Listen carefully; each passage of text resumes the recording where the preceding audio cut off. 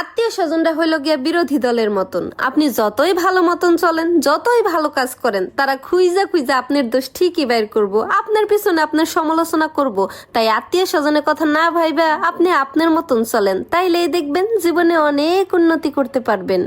কেউ একজন বলেছিল, যদি তুমি নিজের ব্যথা টের পাও তাহলে তুমি জীবিত, আর যদি তুমি অন্যের ব্যথা টের পাও তাহলেই তুমি মানুষ।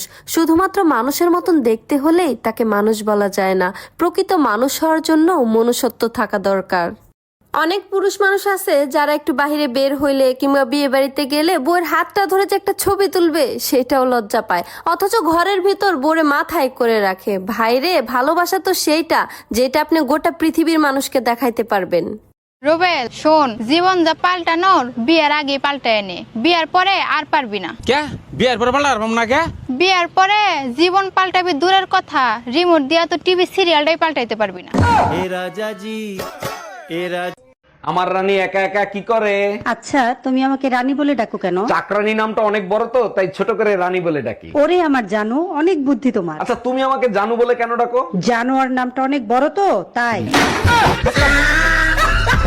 যে আমার এই ভিডিওটা দেখবো হে পাগল, যে উর্ফে টান দিব হেও পাগল, যে নিচে টান দিব হেও পাগল, যে শেয়ার না করবো হেও পাগল, যে লাইক না করবো হেও পাগল, যে কমেন্ট হয় আমার পাগল না কইবো এ আরো সবচেয়ে বড় পাগল।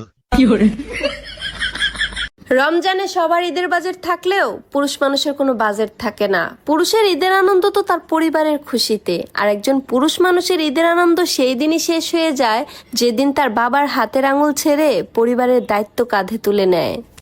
মানুষ বিরক্ত হয়ে গেলে আপনাকে বিনা দোষেই দোষী করে চলে যাবে, আর আপনি শুধু এটাই ভাবতে থাকবেন যে আমার দোষটা কোথায় ছিল। তুমি এনো কি? আচ্ছা, তুমি যে বিলাই ফালো কোনোদিন কি ব্যবসা করার চিন্তা করছো? আরে যা পাগল, এটা কি ব্যবসার জিনিসটা কি? এটা ভালোবাসার জিনিস। আমি কি কই তুমি কি কও? তোমার মাথায় কি একবার বুদ্ধি শুদ্ধি নাই? মানছে কত ভাবে টাকা কামাই, তুমি কি করছো এই জীবনে? কামাইলে কামায়, আমি না খায় থাকলেও তো ব্যবসা করতাম না। তোর কইছে কাটায় আমার এত জ্ঞান দিতি। আগে জানতো তোমার মাথার মধ্যে বুদ্ধি শুদ্ধি কিচ্ছু নাই। এই তো আমার হাতের মধ্যে এটা কি কওছে? এটা কি? এটা কি মানে? এটা একটা হ্যান্ডমেড সাবান। হ্যাঁ, এটা কি সাবান? চিন্তা করছো কোনোদিন? ভালো করে দাও সাই, এটা কি সাবান? এটা তো মনে হইতাছে উটের দুধের সাবান। উটের দুধের সাবান না? এই তো বুঝছো এইবার। দেখছো উটের দুধের সাবান দিয়ে মানুষ কেমনে ব্যবসা করে? তুমি বইরেছো কিত্তা? তুমিও শুরু করো না, আমি সাপোর্ট দিমু। আমি উঠফামু কোনো? আগো মানুষ মন ব্যাক করলো, তোমার না দেখলে বুঝতাম না। বিলাই আছি, বিড়াল দিয়ে করো না। কি করে করার কি আছে? মানছে উটের দুধের সাবান দিয়ে বানাই, তারে ছাগলের দুধ দিয়ে সাবান বানাই, তারে বিড়ালের দুধ দিয়ে সাবান বানাই যাচ্ছে না। তাড়াতাড়ি শুরু করো, দেরি করো না।